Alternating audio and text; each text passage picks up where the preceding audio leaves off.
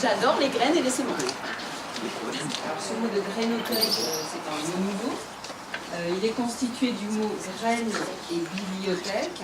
Et en fait, qu'est-ce qu'une grainothèque? C'est tout simplement un espace où l'on conserve les graines et où l'on peut échanger des graines. Voilà, alors donc ici au CDI, cet espace il est juste derrière vous. C'est un vieux meuble à fiches qui a été recyclé. Donc finalement, dans la graine, il y aurait quoi? Un embryon. Un embryon. Alors je vais vous parler de l'éducation sexuelle des plantes. En fait, j'explique. Il y a sur les plantes monodiques, c'est des plantes hermaphrodites, c'est-à-dire que on a besoin que de, par exemple, la plante elle produit des ovules et elle produit du pollen, d'accord? Et avec le vent et les insectes, en fait, le pollen il tombe sur les ovules et c'est le pollen de la même fleur et l'ovule de la même fleur, alors que là, on ne peut pas, c'est deux fleurs de plantes différentes.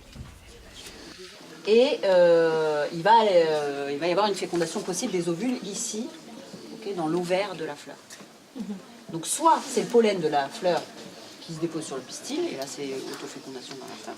Soit si on a une plante avec des fleurs unisexuées, on peut avoir fécondation d'une fleur à l'autre. Mais les plantes ils se reproduisent, mais il faut qu'ils trouvent un moyen de se disperser. Donc pour se disperser, les plantes ils reçoivent l'aide des animaux et du vent. Donc comme certaines plantes qui utilisent des aigrettes, donc c'est des petites touffes de poils qui peuvent se coller soit sur les poils des animaux, soit qui s'envolent avec le vent, comme le pissenlit. Et aussi avec les déjections, donc les animaux qui mangent les fruits, dans les déjections il y a des nutriments, ce qui fait que la graine elle va pousser après. Est-ce que vous savez comment a été inventée l'agriculture? En fait, personne ne peut répondre à cette question avec précision. Mais tout ce qu'on sait, c'est qu'à la lumière des fouilles dans la Croissance fertile, au Proche-Orient, a apparu cette culture dans les régions privilégiées où l'homme s'est déjà installé. Dans les villages, et vivait avec la chasse, la pêche et ramasser des graines pour les replanter.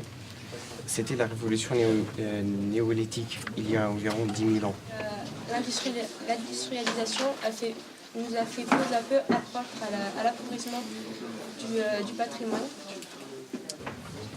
En ce qui concerne les variétés potagères, les semences commercialisées doivent être inscrites au catalogue officiel des espèces et variétés. Quelques multinationales produisent des semences, des multinationales de pétro-agrochimie. Savez-vous ce qu'est l'hybridation F1? L'hybridation F1.